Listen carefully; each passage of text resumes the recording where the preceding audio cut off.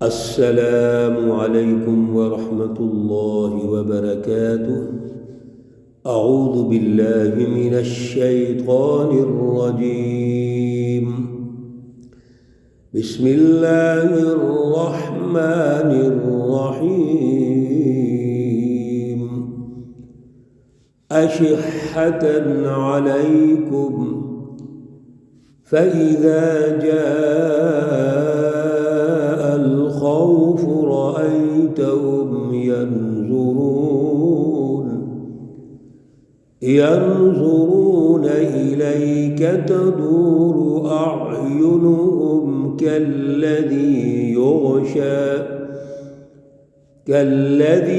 يغشى عليه من الموت، فإذا ذهب الخوف سلقوكم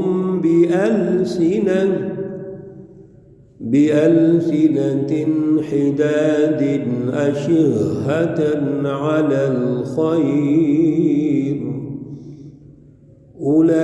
أولئك لم يؤمنوا فأحبط الله أعمالهم، وكان ذلك على الله يسيرا۔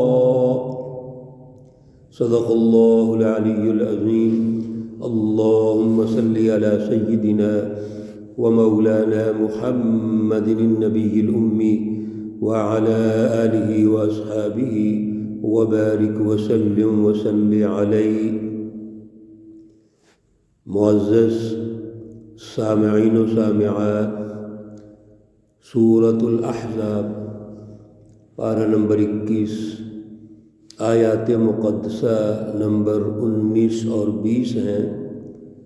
اللہ رب العزت ان آیات کا فہم اور شعور عطا فرمائے اور عمل کی توفیق اور صلاحیت عطا فرمائے۔ گزشتہ دروس میں اللہ رب العزت نے منافقین کی جو صورتحال ہے غزوہ احزاب کے موقع پر اس کا بڑا تفصیلی جائزہ لیا ہے، اور ہماری رہنمائی کے لیے ان کی جو صورتحال ہے وہ واضح کی ہے، تاکہ ہم تجزیہ کرتے ہوئے اس ساری صورتحال کو سامنے رکھیں، اور اپنی بھی ٹریننگ اور تربیت ہونی چاہیے کہ ان کی کوئی ایسی عادات، ان کے رویے اور ان کی خصوصیات جو منافقین کی خصوصیات ہیں وہ ہمارے اندر منتقل نہیں ہونی چاہیے۔ سورہ مقدسہ کے آغاز میں یہ عرض کیا تھا، اس کا نام سورۃ الاحزاب ہے، اور یہاں پر اصل میں وہ تمام قوتیں جو حزب اللہ سچی جماعت کے مقابلے میں ہیں، رسول اللہ صلی اللہ علیہ وسلم اور صحابہ کرام کے مقابلے میں ہیں، وہ اجتماع کرتی ہیں، اپنا اتحاد کر لیتی ہیں، اور اللہ رب العزت نے ان کی نفی کر دی۔ اصل میں نفی الاحزاب ہے کہ ان تمام جماعتوں کی نفی ہے، اور بالادستی حزب اللہ کی ہے، ایک سچی جماعت وہ غالب ہوگی۔ اب جب مقابلہ ہوتا ہے تو جو جماعتیں مدینۃ المنورہ کے اندر ہیں، بنو قریظہ ہیں، یہ منافقین ہیں، اور جتنی بھی جماعتیں ہیں، اس معاہدے کے تحت اگر کوئی باہر سے حملہ آور ہوتا ہے تو ان کا فرض ہے کہ اس کا مقابلہ کریں، کیونکہ یہ معاہدے میں لکھا ہوا ہے، اور ریاستیں ہمیشہ معاہدوں پر قائم ہوتی ہیں، معاہدوں پر استوار ہوتی ہیں۔ لیکن مدینۃ المنورہ کے اندرونی سسٹم میں ان لوگوں نے، منافقین نے، بنو قریظہ نے رسول اللہ صلی اللہ علیہ وسلم کے معاہدے کو توڑ دیا۔ پھر منافقین نے جب غزوہ احد میں نفاق کیا، منافقت کی، تو اس وقت بھی ان کی سرزنش ہوئی اور انہوں نے معاہدہ کر لیا۔ وَلَقَدْ كَانُوا عَاهَدُوا اللَّهَ، اللہ سے معاہدہ کیا انہوں نے، اور یہ معاہدہ بھی انہوں نے توڑ دیا، اس کی بھی پاسداری نہیں کی۔ آج کی آیات میں اسی تسلسل کے ساتھ ان کے رویوں کا ذکر ہو رہا ہے۔ ان کی جو بنیادی فلسفی ہے، فکر، یعنی لالچ، خود غرضی، مفاد پرستی اور پھر بزدلی، ان کو اللہ رب العزت ارشاد فرما رہے ہیں اشحۃ علیکم، یہ جو منافقین ہیں یہ آپ پر دریغ کرتے ہیں، بخل کرتے ہیں۔ فَإِذَا جَاءَ الْخَوْفُ، بس جب خوف آتا ہے، ڈر آتا ہے، یعنی کوئی جنگ کی بات سنتے ہیں، جنگ کی حالت ہوتی ہے، تو ان کی جو کیفیت ہے وہ یہ ہے رَأَيْتَهُمْ يَنْظُرُونَ إِلَيْكَ، آپ ان کا جائزہ لیں، یہ آپ کو دیکھتے ہیں اس طرح تدور اعینہم، جیسے ان کی آنکھیں پھرتی ہیں، گھومتی ہیں، کالذی یغشی علیہ من الموت، جیسا کہ غشی طاری ہوتی ہے، بے ہوشی طاری ہوتی ہے کسی پر موت کی وجہ سے۔ جیسے ایک انسان پر موت کا وقت آتا ہے اور وہ اپنی آنکھوں کو ادھر ادھر پھیرتا ہے، دیکھتا ہے، یعنی پریشان ہوتا ہے، اسی طرح ان کی بھی کیفیت ہے۔ تو جب جنگ کی حالت ہو، جنگی حالات ہوں، جنگ کرنے کا موقع آ جائے، تو اس وقت ان پر موت کی غشی طاری ہو جاتی ہے۔ فَإِذَا ذَهَبَ الْخَوْفُ، اور جب خوف ختم ہو جائے، جنگ ختم ہو جائے، پھر کیا کرتے ہیں؟ ان کے رویے کیا ہیں؟ سَلَقُوكُمْ بِأَلْسِنَةٍ، یہ بڑے بڑے چڑھائی کرتے ہیں، بِأَلْسِنَةٍ، اپنی تیز زبانوں کے ساتھ، حِدَادٍ، تیز زبان، اپنی تیز زبانیں لے کر یہ چڑھائی کر جاتے ہیں۔ اشحۃ علی الخیر، اب اصل میں مقصد ان کا یہ ہوتا ہے کہ وہ مال کی طلب ان میں آ جاتی ہے۔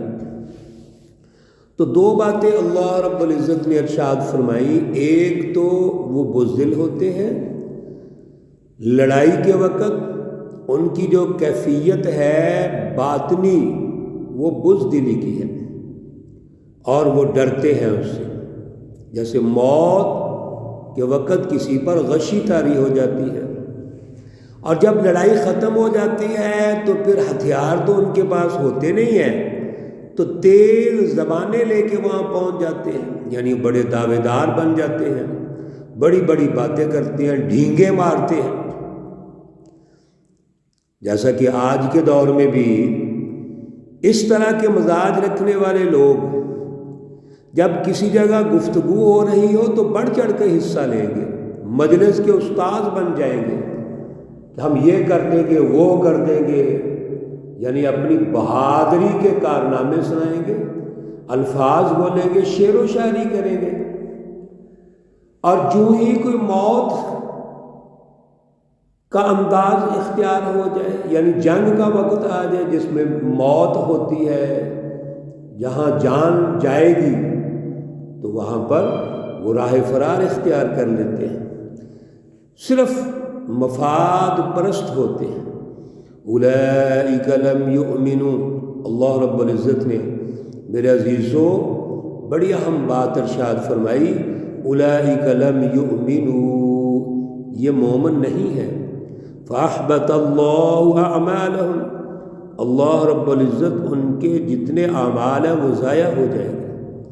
وَكَانَ ذَلِكَ عَلَى اللَّهِ يَسِيرًا، یہ اللہ رب العزت پر بڑا آسان ہے۔ ایک وہ شخص جو منافق ہے، جس کے دل میں بیماری ہے، جو اعلی کار ہے بڑی طاقتوں کا، دوسری طاقتوں کا، وہ کتنے ہی اچھے اعمال کیوں نہ کرے، وہ بڑی نمازیں پڑھے، روزے رکھے، حج کرے، بظاہر خیرات کرے، اللہ فرما رہے ہیں کہ لم یؤمنوا، یہ مومن نہیں ہے، فَأَحْبَطَ اللَّهُ أَعْمَالَهُمْ۔ میرے عزیزو، اعمال کی قبولیت کے لیے ایمان شرط ہے۔ فکر اور فلسفہ درست ہونا، قلبی اور باطنی طور پر اعلیٰ ایمان کا ہونا، اعلیٰ شعور کا ہونا، اور سچی جماعت سے وابستہ ہونا، یہ ضروری ہے، پھر اعمال قبول ہوتے ہیں۔ اللہ رب العزت ان کی حالت ارشاد فرماتے ہیں، یحسبون الاحزاب لم یذهبوا، وہ سمجھتے ہیں کہ یہ جتنی فوجیں تھیں، اتحاد تھا، یہ ابھی نہیں گئے۔ وَإِن يَأْتِ الْأَحْزَابُ يَوَدُّوا لَوْ أَنَّهُمْ، اور اگر وہ آ جائیں دوبارہ وہ فوجیں، تو یہ چاہیں گے لو انہم بادون فی الاعغاب، کہ وہ باہر نکل کر کسی بستیوں پر سکونت اختیار کر لیں، کسی گاؤں میں چلے جائیں گے۔ یسألون عن انبائکم، وہ پوچھ لیا کریں گے تمہاری خبروں کے بارے میں۔ مقصد یہ ہے کہ ان کے دلوں میں ان تمام فوجوں کا ڈر اور خوف ہے، وہ چلی بھی گئی ہیں، یہ سمجھتے ہیں نہیں گئی ابھی تک، اور اگر وہ آ بھی جائیں تو یہ ان کا مقابلہ نہیں کریں گے۔ تو اللہ رب العزت نے روح ارشاد فرما دی، روح یہ ہے کہ یہ بزدل ہیں، یہ لڑنا نہیں چاہتے، انفرادیت پسندی، خود غرضی، لالچ ان پر غالب ہے، اور دلوں میں بیماری ہے، یہ کھوٹے سکے ہیں۔ کھوٹے سکے کیا کریں گے؟ وہ تو نہیں چل سکتے۔ وَلَوْ كَانُوا فِيكُمْ مَا قَاتَلُوا إِلَّا قَلِيلًا، اور اگر یہ آپ کے اندر موجود بھی ہوں گے تو نہیں لڑیں گے مگر تھوڑے لوگ۔ ان کا اصل میں جو مسئلہ ہے وہ تو مفاد پرستی ہے۔ ان کی شرکت اگر جنگ میں ہوگی بڑی تھوڑی ہوگی، باتوں باتوں میں کوشش کریں گے، وہ اپنے آپ کو سچا ثابت کریں گے، لیکن حقیقت میں لڑائی میں شرکت نہیں کریں گے۔ اگر کرنی پڑ بھی جائے تو مجبوری کے طور پر برائے نام وہ شرکت کریں گے۔ تو یہ منافقین کا طرز عمل ہے، وہ کسی بڑے اعلیٰ مرکز کے ساتھ وابستہ نہیں ہوتے، ڈاما ڈول ہوتے ہیں، مذبذبین بین ذالک، لا الہ ہؤلاء ولا الہ ہؤلاء، اور مقصد ان کا صرف اور صرف مفاد پرستی ہوتا ہے، لالچ ہوتا ہے، اسی لیے وہ اعلی کار ہوتے ہیں۔ اور وہ طاقتیں جو جن کے پاس مال ہے، جن کے پاس اختیارات ہیں، ان سے وہ خوف زدہ رہتے ہیں، ان کے لیے وہ اعلی کار اور ایجنٹیوں کا کردار ادا کرتے ہیں۔ آج بھی یہی کیفیت ہے، برائے نام جو مسلمان ہیں، عنوان مسلمان کا، لیکن اندر سے منافقت ہے، تو آج بھی بڑی طاقتوں کے لیے استعمال ہوتے ہیں، آج بھی بڑی طاقتوں کے لیے ایجنٹیوں کا کردار ادا کرتے ہیں۔ اپنے ملک کی خیر خواہی، قوم کی خیر خواہی، قومی جذبات ان کے اندر موجود نہیں ہوتے۔ اسلام کا عنوان ہونا، حزب اللہ کا عنوان ہونا، یہ تو بڑی اونچے درجے کی بات ہے، اصل میں ان کے دل ہی بڑے کمزور ہوتے ہیں۔ یہ منافقین کی کیفیت اللہ رب العزت نے ارشاد فرمائی ہے۔ اللہ رب العزت ہمیں محفوظ فرمائے ان تمام رویوں، عادات اور خصائل سے، اللہ محفوظ فرمائے جو منافقین کے ہیں۔ اللہ رب العزت تمام مرحومین و مرحومات کو جنت الفردوس میں اعلیٰ مقام عطا فرمائے۔ اللہ رب العزت تمام بیماروں کو شفائے کاملہ عاجلہ مستمرہ عطا فرمائے۔ ربنا تقبل منا انك انت السميع العليم وتب علينا انك انت التواب الرحيم، وصلى الله تعالى على النبي الأمي محمد وعلى آله وأصحابه أجمعين برحمتك يا أرحم الراحمين۔ السلام عليكم ورحمة الله وبركاته۔